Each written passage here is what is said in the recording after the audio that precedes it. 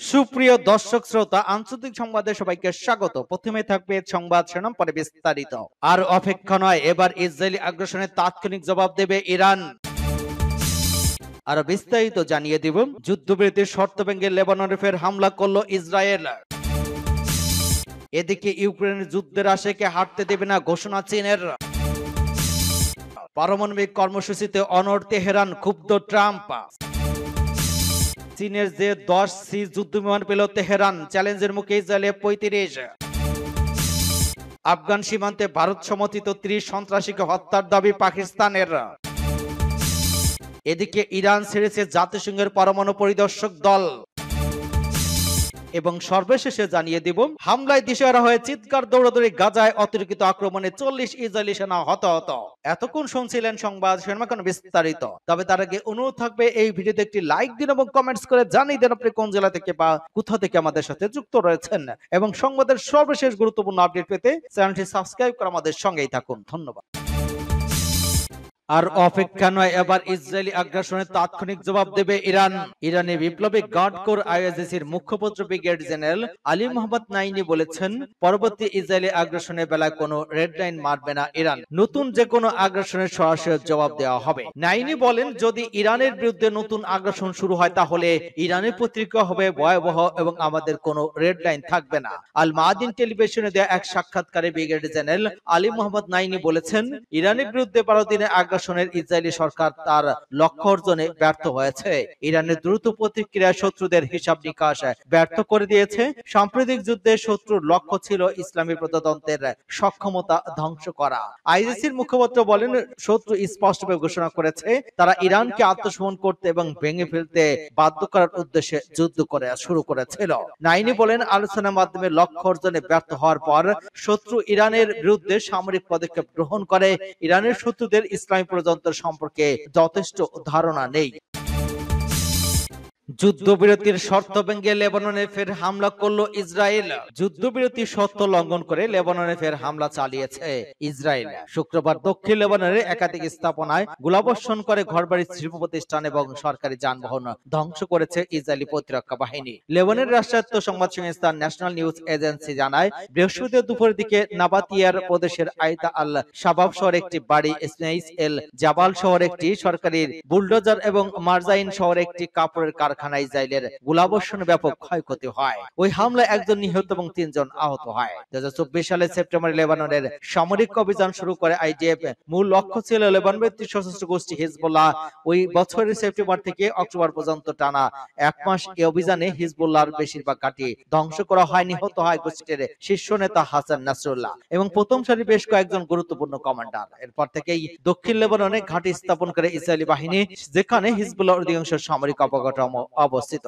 2024 সালের নভেম্বরে লেবানন এবং ইসরায়েলের মধ্যে যুদ্ধবিরতি চুক্তি স্বাক্ষরিত হয়। চুক্তির অন্যতম শর্ত ছিল লেবানন থেকে ইসরায়েলি সেনা প্রত্যাহার এবং লেবাননের ভূখণ্ডে আর কোনো সামরিক অভিযান চালানো হবে না।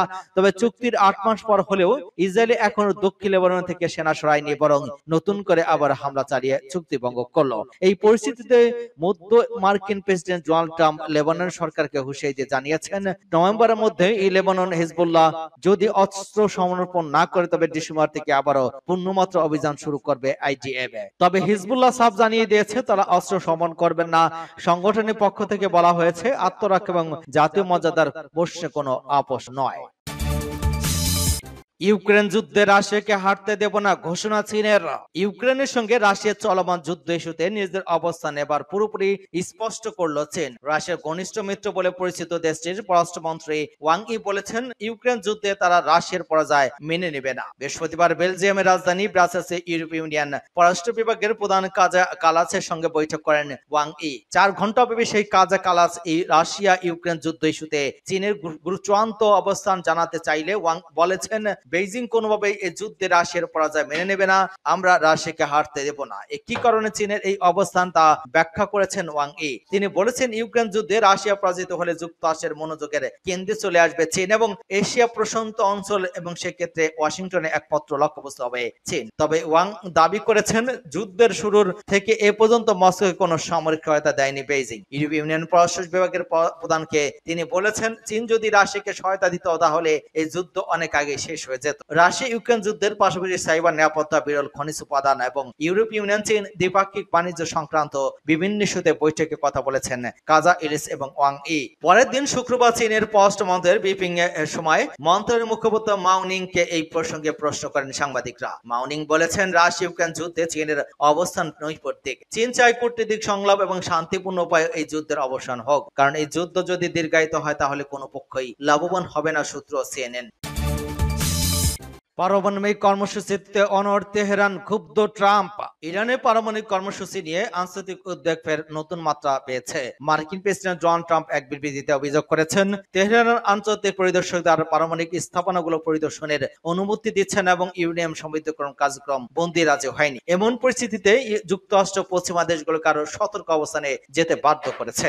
শুক্রবার স্থানীয় সময় এয়ারফোর্স ওয়ানে সাংবাদিকদের সঙ্গে কথা বলার সময় ট্রাম্প বলেন, আমি মনে করি ইরানের পারমাণবিক কর্মসূচি আপাতত থামানো গেছে, কিন্তু তেহরান যে কোনো সময় অন্য কোথাও তা পুনরায় শুরু করতে পারে। ট্রাম্প জানান, আসন্ন সোমবার তিনি হোয়াইট হাউসে ইসরায়েলি প্রধানমন্ত্রী বেনিয়ামিন নেতানিয়াহুর সঙ্গে বৈঠকে বসবেন এবং ইরান ইস্যু থাকবে আলোচনার মূল বিষয় হিসেবে। ওই অভিযোগের পটভূমিতে রয়েছে সম্প্রতি ইরান একটি বিতর্কিত আইন পাশের ঘটনা। গত বুধবার ইরানের পার্লামেন্ট একটি আইন পাশ করে, যেখানে বলা হয় দেশটিতে আন্তর্জাতিক পরমাণু শক্তি সংস্থার সঙ্গে সকল ধরনের সহযোগিতা স্থগিত করেছে। বিলটিতে সই করেন ইরানের নতুন প্রেসিডেন্ট মাসুদ পেজেশকিয়ান।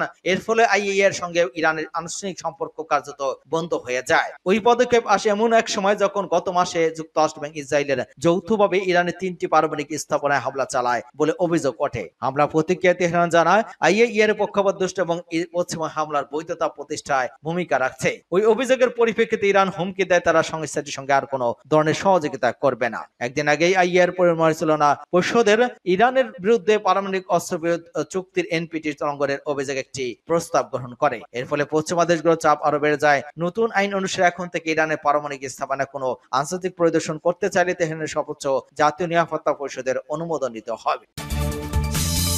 চীনা J-10C যুদ্ধবিমান পেল তেহরান, চ্যালেঞ্জের মুখে ইসরায়েল F-35।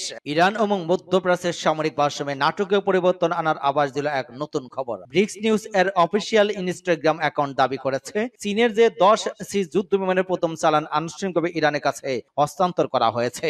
ওই যুদ্ধবিমান অ্যাডভান্সড ESN রাডার এবং PL এই যুদ্ধবিমান অ্যাডভান্সড ASC এর রাডার এবং PL-15 দূরপাল্লার ক্ষেপণাস্ত্র ব্যবস্থা সহ অত্যাধুনিক প্রযুক্তিতে সজ্জিত। সামরিক বিশ্লেষকদের মতে J-10C যুদ্ধবিমান ইসরায়েলের F-35 স্টিল জঙ্গি বিমানগুলোর জন্য একটি বড় চ্যালেঞ্জ তৈরি করবে। ব্রিক্স নিউজের তথ্য অনুযায়ী এর ফলে পশ্চিমা এশিয়ার আকাশের শক্তির ভারসাম্য ইরানের পক্ষে চলে যেতে পারে। অবশ্য প্রথম চালানের কয়েকটা বিমানকে ইরানকে দেওয়া হয়েছে তার উল্লেখ করা হয়নি, পাশাপাশি কয়টি চালান দেওয়া হবে তাও জানানো হয়নি। এর আগে ইরানের জনপ্রিয় দৈনিক হামশারি অনলাইন প্রকাশিত এক প্রতিবেদনে জানানো হয়েছিল, ইরান চীনের কাছ থেকে মোট 40টি J-10C যুদ্ধবিমান কিনতে যাচ্ছে। প্রতিটি J-10C এর দাম প্রায় 4 কোটি মার্কিন ডলার হয়। পুরো 40টি বিমানের সম্ভাব্য মোট মূল্য দাঁড়াবে প্রায় $1.6 বিলিয়ন। তবে কেবল বিমান কেনার খরচ শেষ কথা নয়, দীর্ঘমেয়াদে এর রক্ষণাবেক্ষণ প্রায় বিমানের মূল্য দামের প্রায় 3 গুণ হতে পারে বলে বিশেষজ্ঞরা সতর্ক করেছেন। আফগান সীমান্তে ভারত সমর্থিত 30 সন্ত্রাসীকে হত্যার দাবি পাকিস্তানের। আফগানিস্তান সীমান্তবর্তী গোলযোগপূর্ণ খাইবার পাখতুনখোয়া প্রদেশে কমপক্ষে 30 জন সন্ত্রাসীকে হত্যা করেছে পাকিস্তান নিরাপত্তা বাহিনী। দেশটির সেনাবাহিনীর মিডিয়া ঢাকা এক বিবৃতিতে জানিয়েছে, গত 3 দিন সীমান্ত এলাকার কাছে ভারতীয় প্রক্সির অন্তর্গত সন্ত্রাসীদের একটি বৃহৎ দলের গতিবিধি শনাক্ত করা হয়। আফগান সীমান্ত অতিক্রম করার চেষ্টা করার সময় এদের মধ্যে 30 জন সন্ত্রাসীকে হত্যা করা হয়। আল জাজিরার প্রতিবেদন অনুসারে মাত্র কয়েকদিন আগে ওই অঞ্চলে এক আত্মঘাতী হামলায় 16 জন পাকিস্তানি সেনা নিহত হয়েছিল। পাকিস্তানি সেনাবাহিনীর মতে নিহত সন্ত্রাসীরা পাকিস্তান তালেবান বা তাদের সহযোগী সংগঠনের সদস্য ছিলেন। গত সপ্তাহে ওই সশস্ত্র দলটি খাইবার পাখতুনখোয়া প্রদেশের সীমান্তবর্তী উত্তর ওয়াজিরিস্তান জেলায় একটি আত্মঘাতী বিস্ফোরণের দায় স্বীকার করেছে।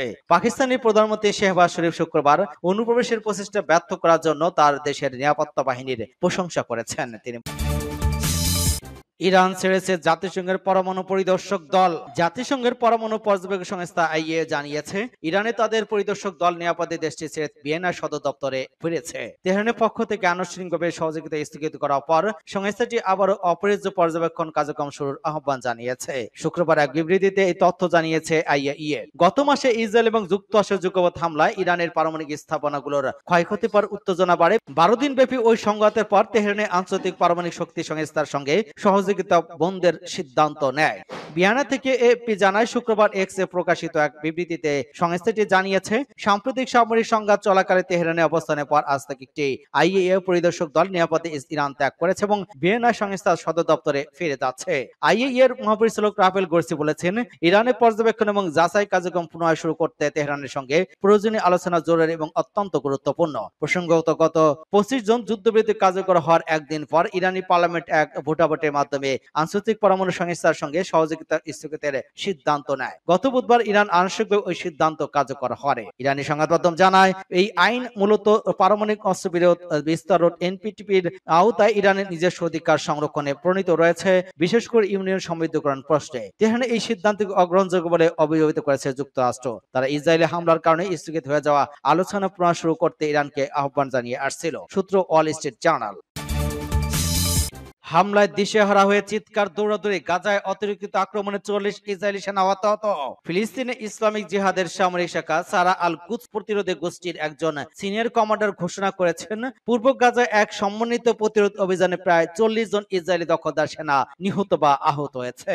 গুজিয়া অভিযানের তত্ত্বাবধানকারী কমান্ডার জানিয়েছেন, প্রতিরোধ যোদ্ধারা গুজিয়ার পূর্বে ইসরায়েলি সৈন্যদের লক্ষ্য করে নিখুঁত প্রস্তুতি নিয়ে অতিরিক্ত হামলা পরিচালনা করেছে। তিনি জানান, অতিরিক্ত হামলায় শত্রু বাহিনী প্রতিক্রিয়া জানানো বা কৌশল অবলম্বন করার ক্ষমতা সম্পূর্ণভাবে হারিয়ে ফেলেছে। তারা বিশৃঙ্খলভাবে দৌড়াদৌড়ি শুরু করে এবং যোদ্ধাদের প্রতি পাল্টাপাল্টি না চালিয়ে চিৎকার করতে পালিয়ে থাকে। কমান্ডার জানিয়েছেন, প্রতিরোধ বাহিনী ঘটনাস্থলে ইসরায়েলির কর্মকর্তা এবং সৈন্যদের পোড়া দেহাবশেষ পর্যবেক্ষণ করেছে। তিনি জোর দিয়ে বলেছেন, দখলদার সরকার যন্ত্র দিয়ে মিথ্যা বয়ান তৈরি করেছে এবং তাদের প্রকৃত ক্ষতি গোপন করেছে। তিনি নিশ্চিত করেছেন, অভিযানে ইহুদিবিরোধী সরকার প্রায় 40 জন সৈন্য এবং কর্মকর্তা হতাহত হয়েছেন। আল্লাহর করুণায় তারা হয় নিহত বা আহত হয়েছে যোগ করেন তিনি। সূত্র তাসনিম নিউজ এজেন্সি।